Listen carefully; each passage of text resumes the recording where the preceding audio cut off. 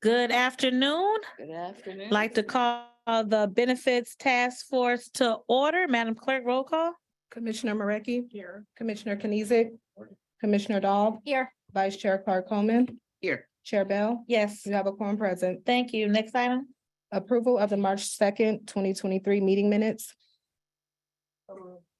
It's been moved and moved and supported. All in favor, say aye. Aye. Any opposed? Anyone wish to abstain? All right, and we are joined by Commissioner Tim Colleen for this meeting. Thank you, Commissioner. Next item. Item C, unfinished business. There is none listed. Moving to item D1 under new business, submitted feedback from Wayne County employees regarding benefits, pay, and staffing. All right, so we've had conversations with our labor relations, our human relations departments.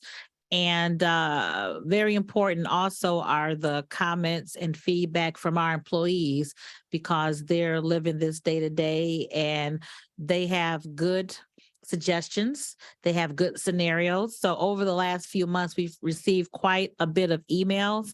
So today I would like for them to be read into the record. Do all commissioners have them? Yes. Okay, so we all have them. But I think it's important to read them into the record and for our audience to hear. Hello.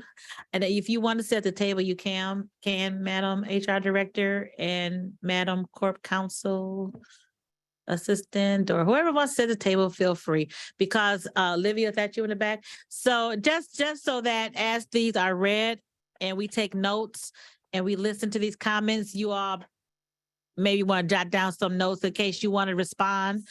That's so loud. That's so loud. That's so loud. Am I, can y'all hear me? No, not that noise. Okay. All right. So can everyone hear me? Fine. Oh, yeah, we can hear you. You don't even need a mic. Thank you. Okay, that's good. Thank you. Okay, so again, we're going to read these comments into the record because I think as you listen in, you may want to jot down some notes to either, agree, disagree, rebuke, but just, listen to what the employees have to say and their suggestions.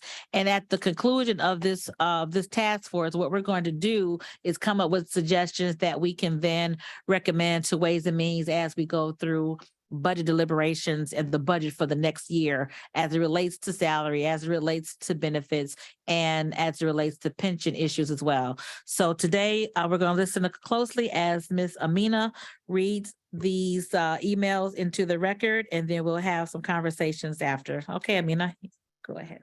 The first comment is from Richard Johnson.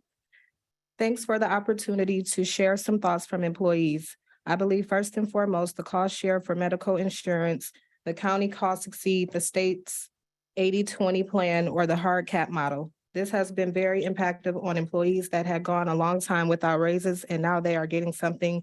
It is eaten up by the increased cost of healthcare, retirement, inflation. I often hear of complaints of why the constant increases in healthcare and employees are asking for reasons why it is always going up. The locals want transparency in the medical plans so they can better inform to explain to the employees. Contractors are doing more and more work countywide, but in particular in equipment repair. I am told one contractor, Tri-County, does over $1 million of work per year. Obviously, there is a major concern in recruitment and retention of employees. There are hundreds of positions not filled, and that is after hundreds were eliminated and removed from the budget in the last 10 years. In order to rectify the shortfalls in hiring and retention or retaining employees, there needs to be a serious review of wages and benefits. Here are some recommendations to address the issues above. Reduce cost sharing, monthly costs for medical insurance, transparency in costs and plan design for medical insurance, reduce retirement contribution from employees, review the greatest salary plan, annual service adjustments, wage adjustments based on longevity with the county, review of all classifications and qualifications, wage study, training process, develop legitimate succession plans. Thank you for your time and hope I can be of assistance to resolve these issues. Okay, thank you. Question, does HR have these comments? No, No? not a copy. no. Okay, I'll give a copy that just so you can read along and then give it back to us at the end of the meeting. You have an extra I copy? don't have extra copy. Pam, do you have extra Does copies? anyone have extra copy? Can you give one to Ms. Donna Wilson? Okay. All right, thank you. Okay. Next comment is from the Governor Administrator Association. Greetings, Commissioners. Happy New Year. The Government Administrators Association, GAA, commends the Commission for establishing the Benefits Task Force. At the initial meeting in November 2022, you asked us stakeholders to submit areas of inquiry and or concern for your attention by or before January 12, 2023. GAA thinks an excellent starting place would be to compare benefits received before the consent decrees in 2015 with present benefit levels, including retirement plans. At that time, many employees receive insurance benefits upon retirement and enjoy favorable 401k contribution matching in retirement plans 4, 5, and 6. Wayne County often loses employees to other public employers who offer those benefits plus seniority-based step increases. Additionally, the commissioners should review whether pay minimums and maximums for positions are sufficient to attract and retain employees. Regarding healthcare insurance, employees often expect a slight fractional cost increase each year.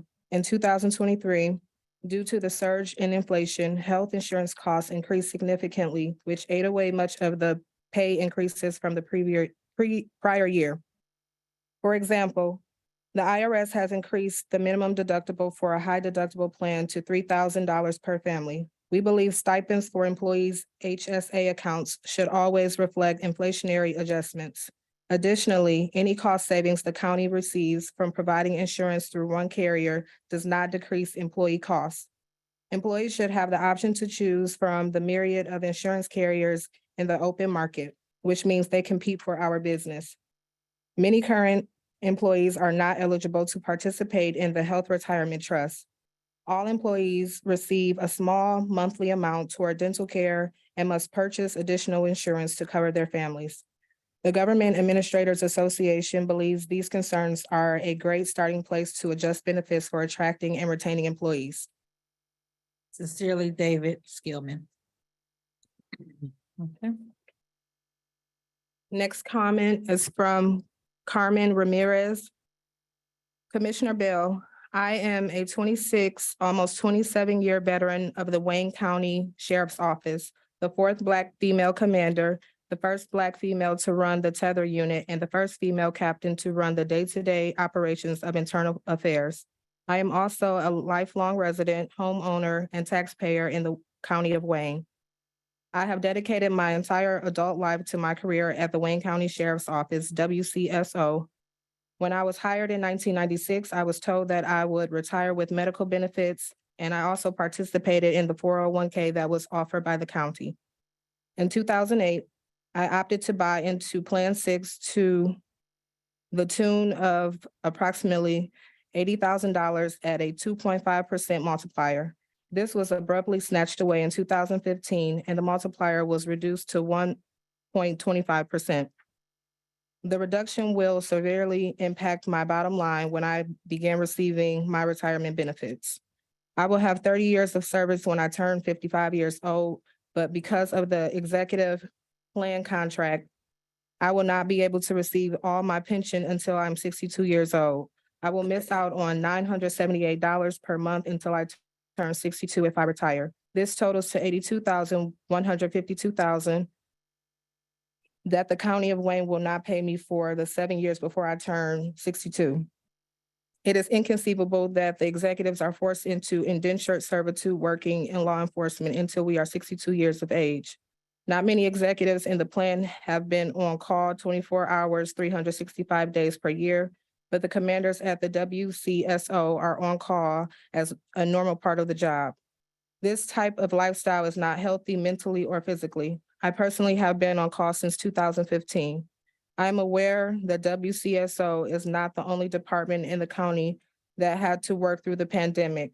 I would assume that the juvenile detention specialist, building trades, and road commission also had to work. The rest of the employees were able to work from home. That being said, the executives that had to physically report to work were given a paltry $2,000 hazard pay that was only given after all other unions were paid. As it pertains to hiring and retention, the county should really start looking at pay and benefit packages. The County of Wayne employees are woefully underpaid when compared to other municipalities. Employees quickly realize that the pay is not worth the hassle of finding and paying for parking, and much of their check being taken away to pay for medical benefits and leave for greener pastures. In addition, there are employees at the WCSO that do not want to promote to commander or above due to the caveat in the executive plan that prevents them from receiving their full retirement until they are 62. This will severely impact the succession plan for the sheriff's office, as there will be mass retirements coming soon. The sheriff's office has already seen a mass exodus and will only get worse over the next few years. Speaking of medical benefits, the county has its employees in a high deductible plan while requiring the employee to pay an astronomical amount upfront. For example, for 2023, I paid $505 per month for medical and $82 per month for dental. If an employee has an unexpected medical issue, they must pay a large deductible along with the money that the county takes out each pay period. My upfront cost for medical per year is $13,130 and $2,130 for dental, for a total of $15,262. I had an unexpected medical incident last year and I paid $3,000 out of pocket. The county is in the black off of the backs of the employees. So when do the employees get any benefit? I will be eligible to retire in 2026 with 30 years of service at the age of 55, and this is what will happen. No medical stipend to assist me with further medical expenses for myself and my family, $978 per month held in abeyance by the County of Wayne until the age of 62. Forced to stay in a stressful job for 7 additional years to receive all my retirement. I will have to seek additional employment to pay for medical.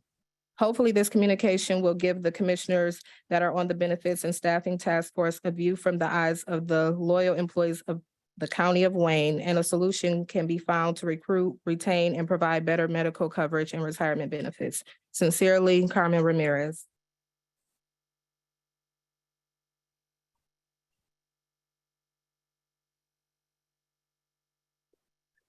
The next comment is from Lynette O'Kane. Commissioner Bell, I am a 25, 1 month from 26-year veteran of the Wayne County Sheriff's Office and the second Black female deputy chief in the WCSO's history, the first who came up through the ranks. I started in this agency when I was 23 and have spent my entire career here, giving 100+% to the WCSO, including being on 24/7 call for the last 13 years, except for a few vacations, where I am even still expected to respond to emails, texts, calls each year. I come from a family of hard workers and enjoy stepping up to these types of challenges, so I'm not complaining, just stating the facts. My complaints will come when I retire. After having given my all to the County of Wayne for 28+ years, this is what I can expect on or after January 1st, 2025. To be the first deputy chief in WCSO history to receive no medical whatsoever upon retirement, no benefits, not stipend, nothing to take care of myself and my family. Pension only for the years I worked until 2015. I will be able to retire at 51 and will have to wait for 11 years to receive the pension I am owed for working today. I will be given my pension on layaway. To have to apply for a new job immediately due to receiving little more than half of my pension and no medical. I am sure that you would agree that this is not how career Wayne County employees should be treated. To add insult to injury, I am very aware of employees who have spent 8 to 10 years with the county, yet have left with medical benefits and their entire pension upon their separation.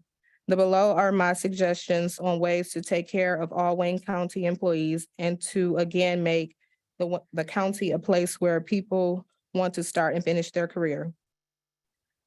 change the language that excludes purchase time from being used to calculate eligibility for a retirement medical stipend.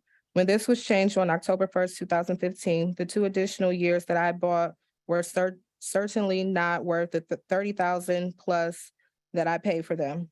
On this date, I have been an employee for the WCSO for 18 3/4 years, plus I had purchased 2 years. This was not the original agreement for years purchased. Any employee who gives the county 30 years of their life, purchase years count, deserves some form of medical or medical stipend. No strings attached. The benefit of this is that more employees who are in the same boat as me will decide to stay for a few extra years to receive some assistance with their medical and retirement. This in turn would help to not exacerbate the already existing staffing shortages. Any employee who gives the county 30 years of their life, purchase years count, receives their full pension upon retirement. The benefit of this is the same as above. Many employees who I know are planning to leave the day they can retire because, especially in law enforcement, where we start our careers at a young age, we must get a new job once we retire to supplement our medical bills during the decade that we don't have our full pension and medical. An employee who gives the county 30 years of their life, purchase years count, receives the best 5 out of 7 of their total year's work. The benefit of this suggestion is again on the retention side. More employees will give us a few more years. Any employee who gives the county 30 years of their life, purchase years count, receives a 2.5% multiplier for their pension calculation. Giving 30 years to the same employer is something that should be rewarded. For the WCSO, a much higher raise in the base wages for new officers is needed. I understand that we will not be able to match what the DPD new hires are now receiving, but we must do better. This suggestion is probably the most important one for recruiting efforts. We are at the bottom of the totem pole when compared to wages and benefits at other law enforcement agencies in our area. This makes it extremely difficult to attract and hire quality employees. Again, for the WCSO employees in particular, there needs to be a recognition that although commanders and deputy chiefs are in the executive plan, there should be a special caveat for career WCSO employees who rise through the ranks. Some of our up-and-coming command are not even interested in being promoted, as there is no true benefit for them to take on the stress and challenges that come with being responsible for units on a 24/7 basis, just be put out to pasture with no medical and a layaway pension program or work until they are 62. I am excited to see that someone, maybe a few someones, has finally realized that not treating your people as they deserve to be treated has resulted in the historic lack of recruiting, mass retirements, and staffing shortages that are being experienced throughout Wayne County. I will certainly be listening in to the benefits and staffing task force meetings. Lynette O'Kane. Okay, one more before we go to a big one for discussion. Okay. This comment is from Wayne County Prosecutor's Office / Wayne County Jail. It is our understanding that the commissioners assigned to the Wayne County Benefits Task Force will be meeting on January 19, 2003 to discuss the implementation of policies regarding employee benefits for certain Wayne County employees.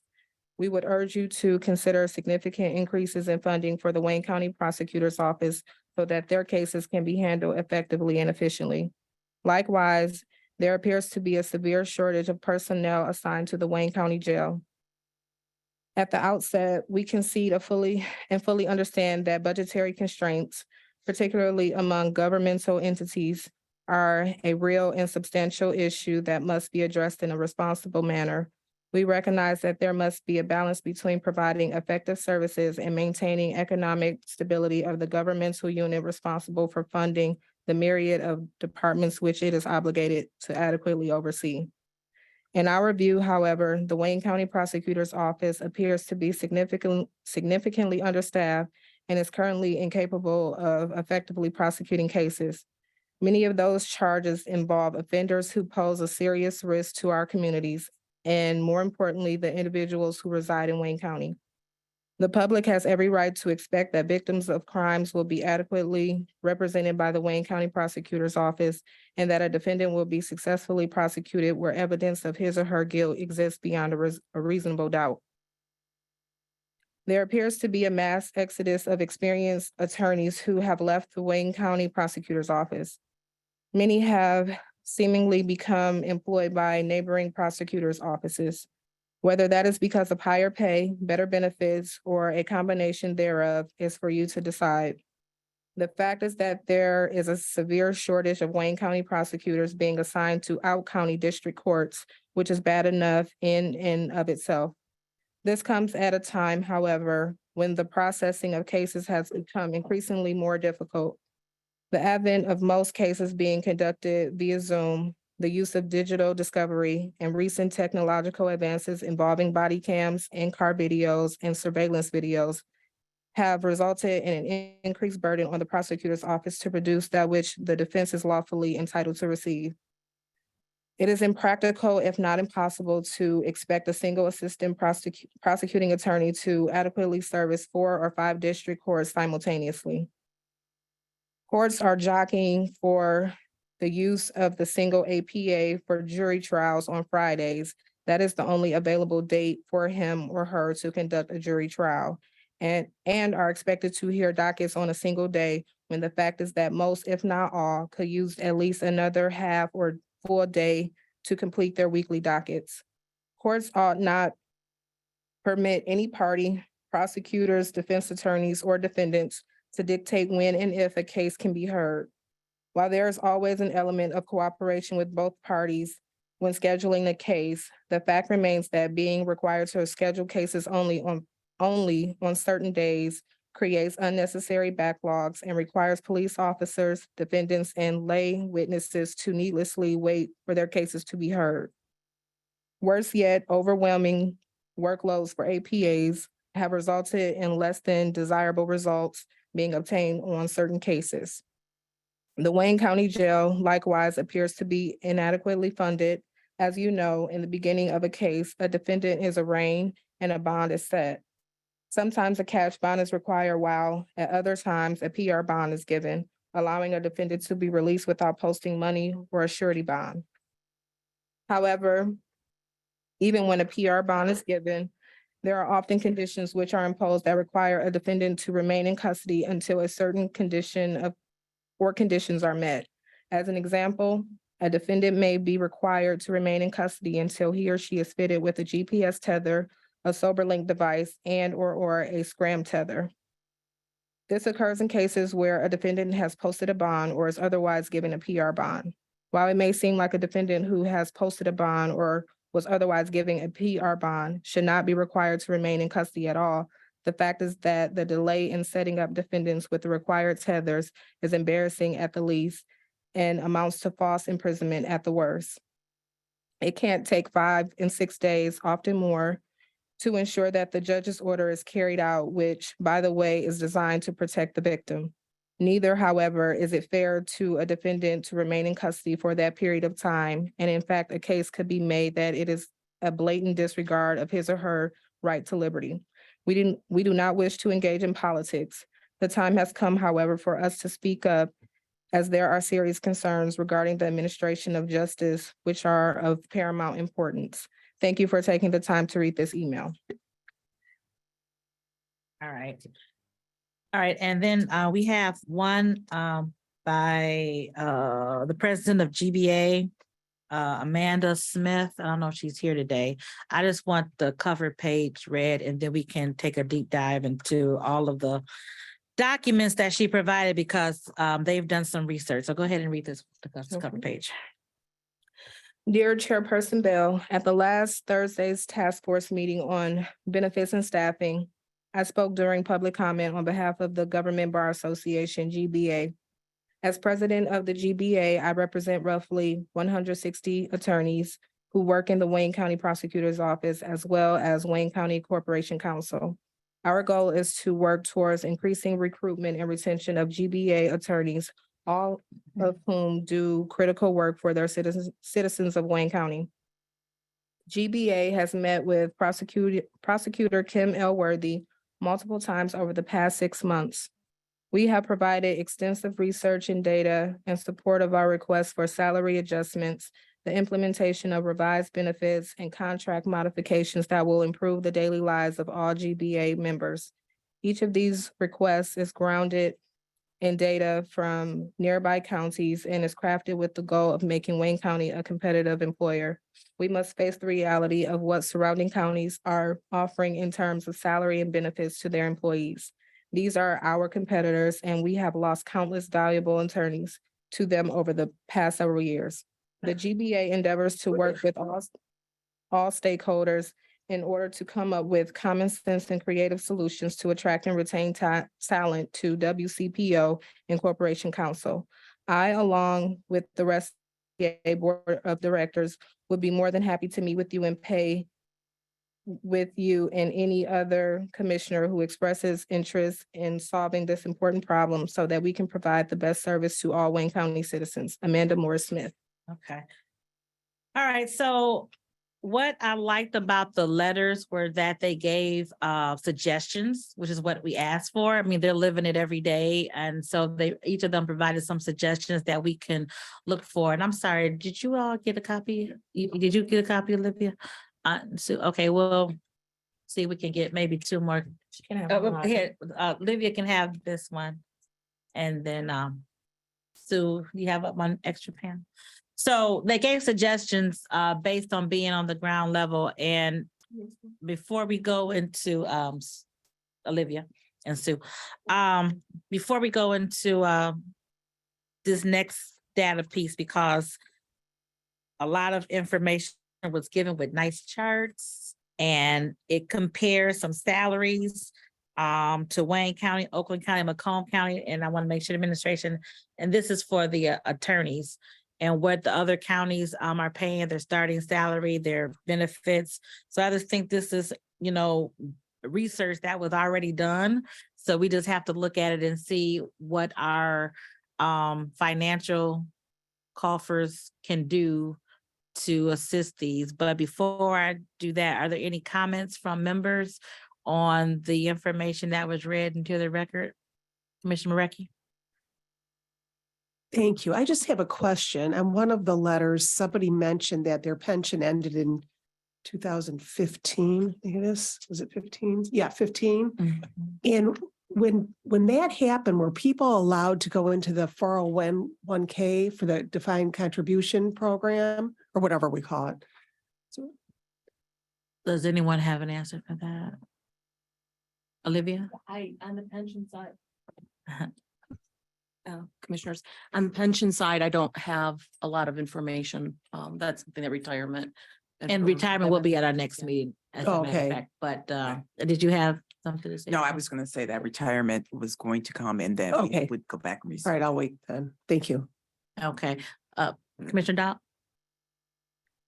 Thank you, Madam Chair. I have a different question than retirement, so if Sure. there was something, No, go okay, ahead. thank you. So there are a couple, I don't know, I think there were a couple comments about the health insurance packages regarding high deductible plans. Is there just one plan that is offered to employees that's a high deductible plan, or are there multiple packages that people can choose from? Through the chair, Commissioner, there are multiple packages. There is one PPO plan that is offered as a high deductible, pretty much every to the non-legislative group of employees, which is our largest part here. They are all high deductible health plans, except for one that, and I guess I should qualify and say that they're really all high deductible health plans, all HSA qualified plans, meaning you can contribute tax-free to an HSA, but one of those, what everybody would probably consider a high deductible health plan, is not HSA qualified because it has co-pays under the deductible. So for example, in a high deductible health plan, everything except for, mandatory preventative services are subject to the deductible. That includes, if you have to go in for an antibiotic or anything else, you pay the deductible. So you pay the cost, based on the discounted amount. But in the other one, you can get into the one plan with the copay that you could go to get that antibiotic for, $10 copay. That's why it's a little different because the HSA qualified have some rules, but Okay, yes. how much is the deductible? Do you know off the top of your head? I know it Yeah. depends if it's like For 1%. for the, all of our high deductible health plans, except for that copay plan, it is the minimum set by the IRS in order to make it HSA qualified. So it creeps up every year. And that is currently $1,500 for an individual and $3,000 for a family. Then there's a copay of 20% up to, and I'm trying to remember what the caps are. Those haven't moved because the total out of pocket has not moved since 2015, maybe even before. And that is, do you have that off the top of your head? I'm sorry. I'm trying to That- remember the top. It's like Oh, 20, that's it's like fine. 2,600 and 40. Yeah. 4,600. Yeah. For an Okay. individual. So those are capped. So those have not moved. So after that, the plan pays at 100%. Okay. Yeah. And that's pretty standard, right? For like insurance packages that companies offer employees. Well, I don't have a lot of information about the private sector. They are higher. I don't know that they're for high deductible health plans, because we set it at the minimum, that's a good rate. If you're looking at non-high deductible health plans, your standard, more traditional plans, the copay or the deductible is lower, like 500 or maybe, depending on where you're at, 250, 500, 750, 1,000. But you got to hit that 1,500 to get the HSA qualified. So- Okay. I became a commissioner in 2019, so I've had plans from private companies and this seems pretty, standard from the private world, corporate world, but I don't know as far as government, what other municipalities offer for health insurance. Okay, I was just, when they Yeah. said high deductible, I was just wondering exactly what that was. Yes. Okay, thank you. Thank you, Madam Chair. If you look at the green sheet from this page looks like this from Amanda, she has a chart. And it talks about, it compares Wayne County, Oakland County, Macomb, and Washtenaw County. With cost of living increases. This is Amanda was the big thick package. And it has the chart. I think that's helpful for you to see the differences of the three counties and the city of Detroit. And again, I hope the administration has this as well. This package here looks like this. So for example, Yes. it talks about parking, the health insurance, the salary. And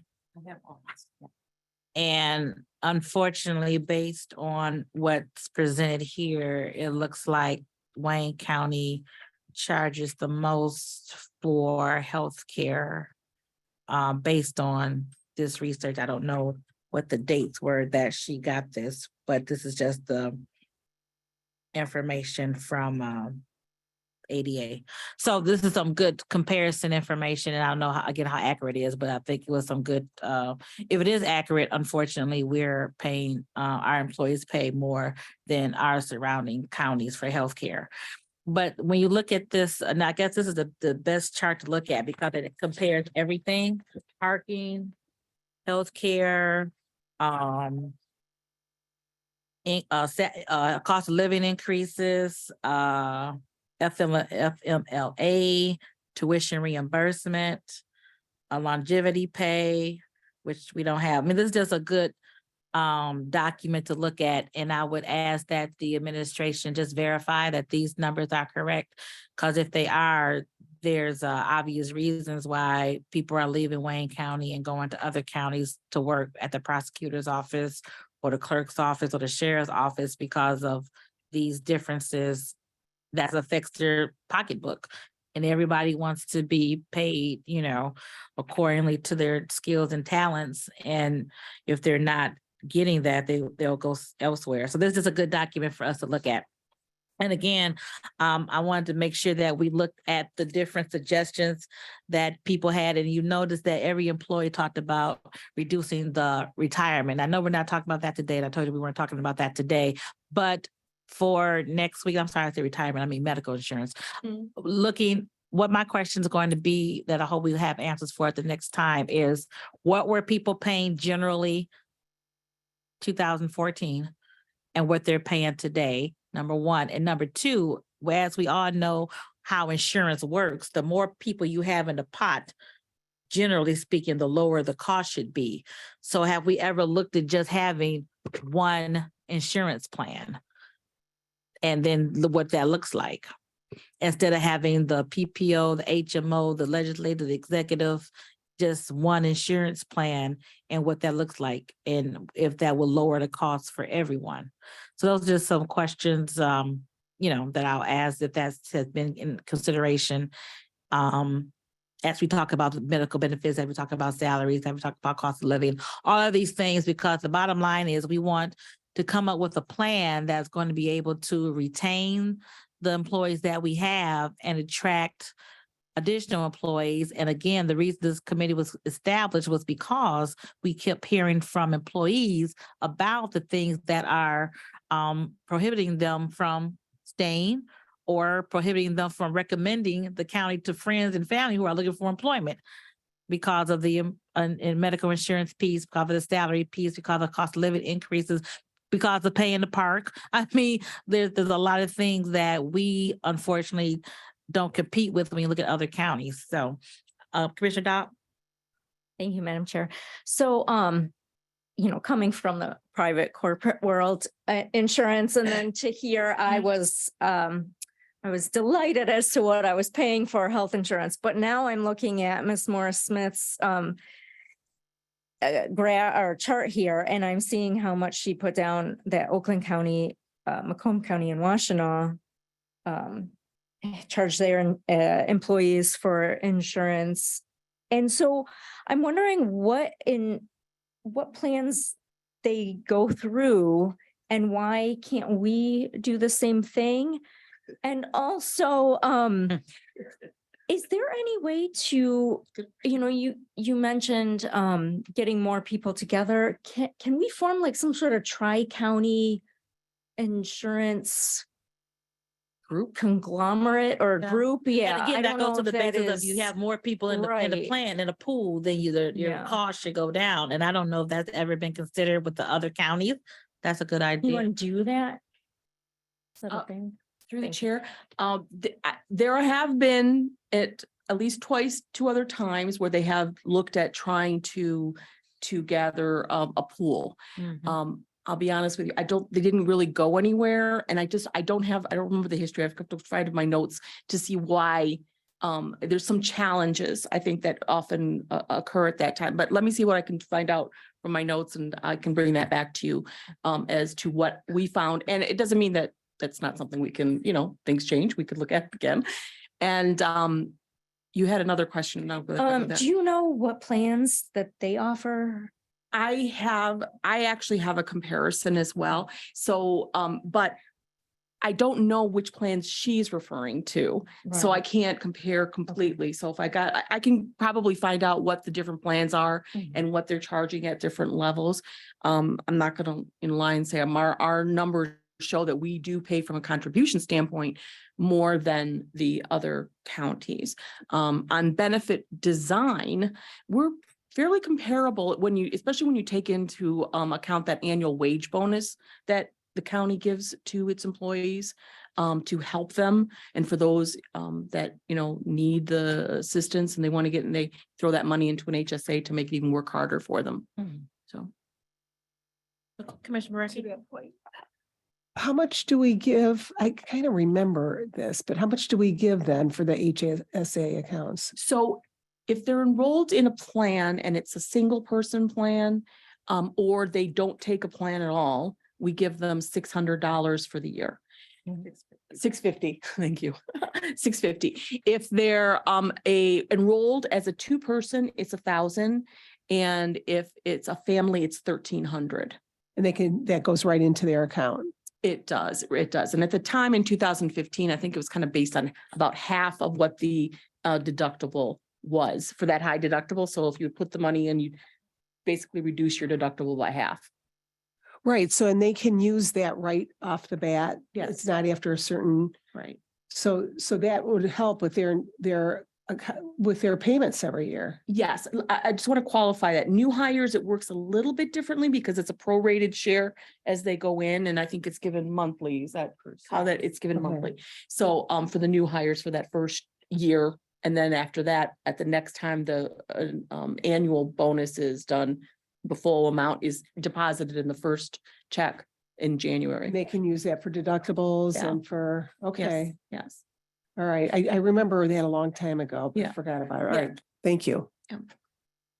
And I wonder to that point, if education is there to employees about Yes. that benefit? Yeah. And how that could, It's always, yeah, it's a struggle. And when we look at the numbers currently, there is about, I think about 58% of the people who are eligible to actually make the deposit, meaning that they have a high, HSA qualified, high deductible plan. About 58% of our employees that can make any kind of a deposit do make that deposit into the HSA already. So it's actually a good, kind of good number, but there's a lot of room for improvement in terms of educating people to put that money in the HSA if they can. But there's a lot of kitchen table problems, right? all right, good. Another, okay, so everybody gets the money, but some of them don't put it into their HSA? Is that what it is Correct. basically? Correct, because some aren't qualified. So everybody gets it, whether they're enrolled in our plan or not. Okay. So if they're not enrolled in our plan, in any of our plans, they can't contribute to the HSA. If they're enrolled in the that copay plan, even though it's a high deductible, again, it's not HSA qualified, so they can't Yeah. put the money in there. Now, others also use the money and they put it into an FSA instead. So. And then do others just use the money to go out and Otherwise, buy others can- something? Yes. Okay, It's cash. It's basically it's tax. basically Yeah. cash. Okay, all right, thank you. Okay, thank you. When it comes to the salary, and I'm talking about the prosecutors now, and I know you just got this, but she gave a proposal of salary increases. Do you know if there's any movement to increase salaries for, I'm looking at this, trying to make this out, for the upcoming fiscal year? For prosecutor, for anybody? I'm sorry, I was making sure my microphone was Yeah. on. Matthew Carmona, Interim Director of Labor Relations. Yes, we did have a bargaining session with that group. And so that process has begun and we'll be scheduling more. And wages is obviously one of the things being discussed there.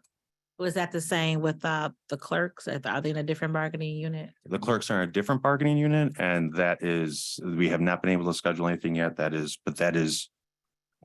They are part of a, say, global strategy that's being developed so that we're trying to figure a way to do this most efficiently because there are certain targeted groups like the clerk's office, but ask me 1659, which represents most of the employees in the clerk's office.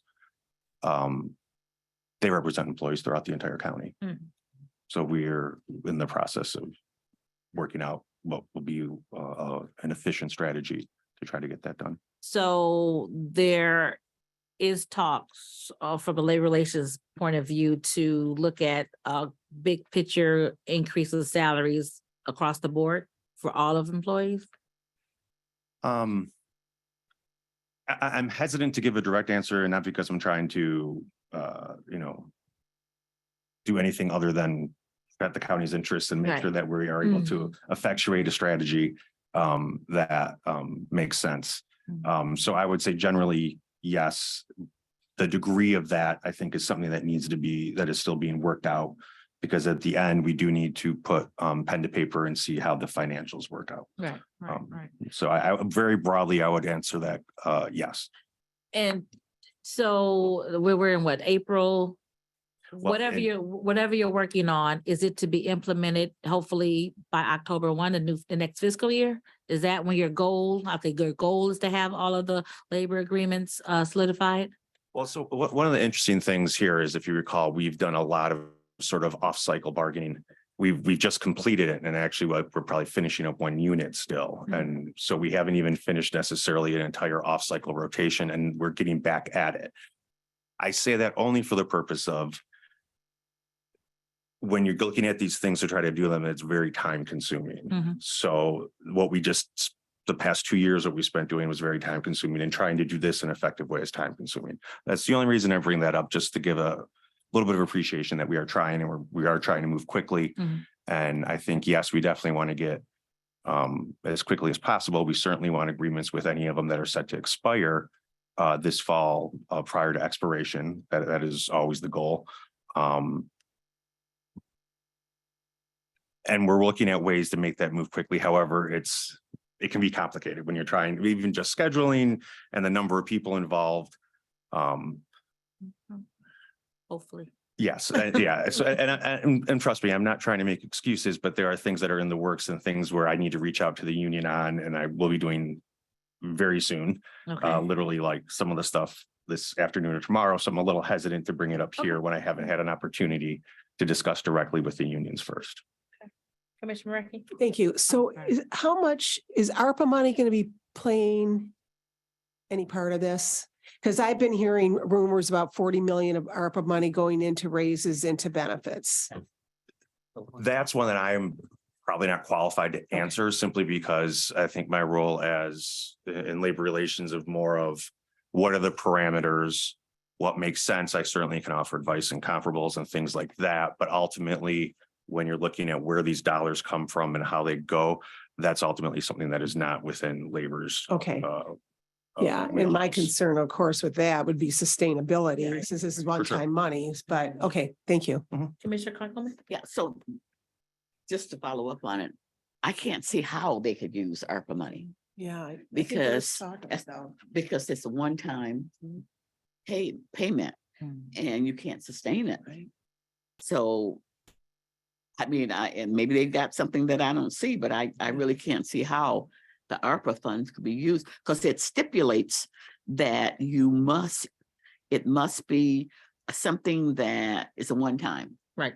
Yep. Yeah. And not a continuum. Yep. I'm just looking at the health insurance, I'm on a Yeah. bent here about health Mhm. insurance. And I'm looking at the health insurance, and how does Macomb County provide zero out of pocket? I just, before Liz goes into the detail, I'm Donna Wilson, PHR Director. So Liz started talking about previously the co-payment and the plan designs. So there are two different functions of a healthcare plan, but also picking up earlier what Commissioner Bell discusses, the education pieces of this and how education and the choices we make impact the bottom line. So I just wanted to bring up those 2 points, that there's a distinction between the co-payments and the plan design comparisons. Okay, Go ahead. Before she goes there. So I'm looking at a health insurance for a single person, $75 per pay period. That's $150 per month. And Oakland County, theirs is $32 per month. And then Macomb County is $0. And then Washtenaw is, so I just don't, what are we not doing? What are we not looking at that Oakland and Macomb and Washtenaw, what are they looking at that we're not? Why can't we provide? Because, and I know you guys are going to go into some really long explanation. That's why I stopped her. I just want a simple explanation as to why, and I'm going back to the fact that that my staffer will not sign up for healthcare here because it's just too much. She doesn't make that kind of money to be able to afford to pay the kind of money that it would cost to get healthcare through the county. So, and I'm going, well, what are they looking at that they can afford to give their employees $32 a month in Oakland, $0 in Macomb County, $75 in Washtenaw, and for us a month it would be $150, but for the cheapest single person healthcare. So give me a simple answer without going into Joe. this. Okay. Go ahead. Go ahead. Right. It's Olivia Calderoni. I wish there was a truly simple answer, but just to remind the commissioners, we are self-funded for the vast majority of our benefits. So all of our pre-Medicare plans are self-funded, meaning that we pay Blue Cross Blue Care Network an administrative fee, that's to process our claims, keep a website, all those things that they have to do, and stop loss insurance, so we don't go over too far. But then we pay for every claim that the county employees and retirees submit at the discounted rate from the carrier, right? So the Blue Cross, they go in, they pay it. Blue Cross then, through a funding mechanism, we get charged back for those costs. I guess, and I'm not really qualified from the financial side, but I'll give it to you kind of. I mean, we have a budget in terms of how much we spend in healthcare and what we can tolerate. Macomb, Oakland County, I think are probably in a little different. They don't have the same legacy costs that we did. Now, of course, ours are shifted a lot since 2015, but they have a bigger tax base. There's a lot of things that are going on that could impact that. And I'll leave that more to the experts on the finance, that more technical finance side to say, but those all impact it's basically what can we tolerate as a county to what can we afford for the healthcare? That's where it really comes down to. In 2015, this is where we were. And nothing's changed since then. So, that's the question, right? Okay, I'm just thinking. I don't know if I was an employee. When I started here, I was a stenographer. I was a secretary. I don't know that I would have been able to afford the job because I came here not for the money, but for the benefits. And the benefits at that time was $0. I don't know that I could have afforded to work for the county at that, if the county was charging these kind of rates back then. And I know why my staffer will not sign, and I keep after her every year. Mhm. She said, I can't afford it. Mm. And I can understand that. When you're making a little bit of money and you got to pay $150 a month for healthcare. Or a check Yeah, for the cheapest per for one person. pay.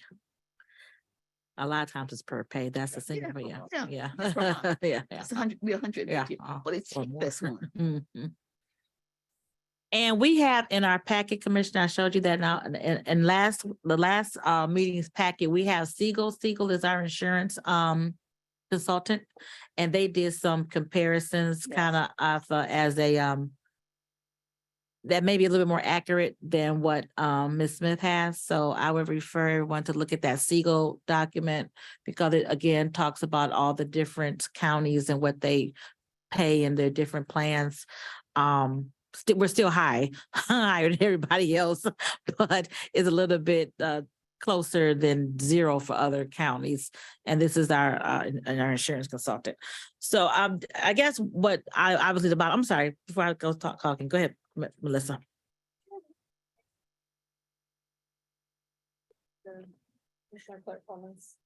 No, Liv covered it with the legacy costs that we have. And then also as we bargain, different wage increases, making sure that we do put on the record that we bargain with the unions, and this is just information sharing, you know, for the purposes of the commission.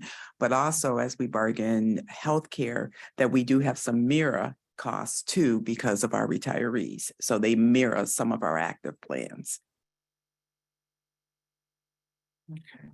Go ahead. My turn now. Thank you, Madam Chair. And I just wanted to also add that we don't know the details of the Oakland, Macomb and Washtenaw plans. We don't know what they are offering their employees. Like maybe they don't have to pay very much out of pocket for their premiums, but their deductibles might be high. Maybe they don't offer a lot of coverage. So we don't really know, Yeah. you know, what they're exactly. offering. Legal documents, a little bit more apples to apples. Okay, yeah. And that packet was in that breakdown was in our last meeting's packet. Okay. So I have asked that you with to me look at it today. a little bit, Mhm. probably more accurate in comparisons. Again, we're still higher, but it's a little bit more accurate, but it's a little bit more accurate as far as plan design and everything else compared Yeah. us to other counties. Health insurance is expensive in this country. It is unbelievably expensive, And even unnecessarily. people who have it, don't use it because of, you know, you're paying for your premiums, you have it. But maybe you can't afford it because you have to pay for your deductible, your copay, and you know, there's been times when I haven't gone to the doctor because I knew that I was gonna have to pay a couple, you know, $100 for the thing, and I wasn't in the position Right. to pay. right, So, right. yeah, even though I had it, the insurance. And, you know, back to Commissioner Clark Coleman's point is you gotta have one or the other. You have either high salaries and bad insurance that's not affordable, or low salaries and zero insurance, but you can't have both. You can't have low salaries and high insurance costs, because again, that just unfortunately prevents people from wanting to take advantage of the great opportunity for careers here at Wayne County. And that's what we want. We want people to understand the benefit of working here at Wayne County and all that we have to offer. But we want to make sure that they can, of course, pay their bills, you know, and provide for their family. So how can we do that where the county is not going bankrupt, but we're still providing for our families as well? There's got to be some kind of middle ground. And based upon the testimony that you heard in those emails, it's becoming increasingly difficult for people to be here or to stay here because of that. And it has got to be something that we can do. And I think at our next meeting, Joe, we probably want to, because my biggest issue or question is financially, what can we afford? You know what I mean? I mean, are we just kind of holding money to our chest for a rainy day, or can we do a little bit more? So what were we doing in 2010 when things were better versus now?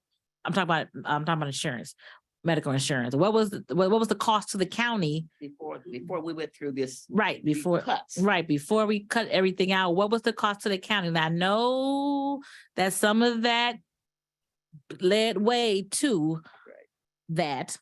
Well, I do understand that, you know, we were giving way too much maybe at the time, but it's got to be a middle ground on where we were then and where we are today and how we could get back to where we were at that time to make it beneficial for people to be here. I would again ask that members look at that Siegel report.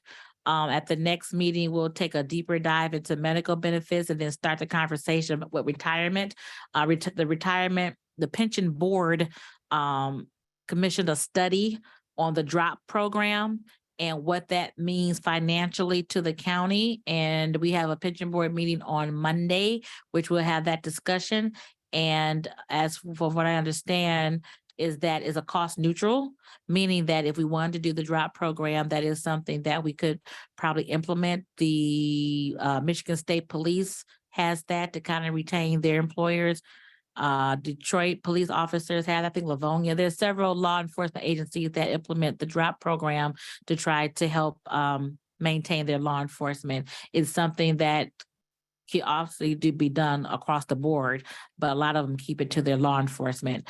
So we'll talk about that too, because if it's cost neutral, that should be something that we should start to offer as a retirement benefit. But we'll have retirement and medical at our next meeting, because there's some questions that Joe asked that we'll have answers to for that meeting to have that discussion. I think we're wrapping up probably with salaries. You all have given us some information where people are, where we hope to be. I know a lot of it's negotiated in the CBAs, but again, we want to make sure that things are being offered, because the things that I thought was interesting when I go back to this chart that the young lady did was longevity pay, which we don't give, and the other counties seem to do parental leave, and the salary increases, we give them at the top of the fiscal year, and it looks like they give them halfway year. They give them every 6 months, it appears, at 26 weeks is what Oakland Macomb gives. Instead of giving it in October 1, they give it like twice. And I guess that's probably a bargaining issue. But that's interesting that they get it twice in a year as opposed to just the one time. So please look over this information, the administration, if there's something that you'd like for us to give you just to kind of help guide where we go from here, because this is a partnership on making this happen. We have to have buy-in from the administration. And I know you all know this is as important as we know as the commission, but we're going to have, again, recommendations at the end of this process, which we will strongly encourage be taken up by the administration and brought to us and brought to the unions to really, again, help keep our employees here and get more employees. Any final questions before we break for today? But please read all this information. Again, if there's something extra, please, committee members, go to Joe if he wants some particular questions asked, that we can ask the administration and have those conversations at the next meeting. And we look forward to continuing this and hopefully wrapping up by the end of June. All right, thank you. I'm sorry. Next, Madam Clerk. I don't about to get up and leave. I know, I forgot. Madam Clerk. Next item is item E, such other matters as may be properly submitted before the committee. None. Moving to public comments. Is there anyone in the audience or on Zoom for public comments? Anyone in the audience or on Zoom for public comments? All lines have been prompted to unmute. Okay. Anyone? One more time, anyone on Zoom? Anyone on the telephone? Okay, hearing none. Next item. Adjournment.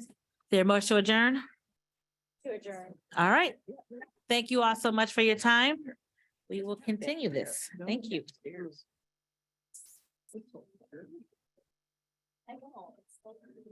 The one downstairs isn't that clear.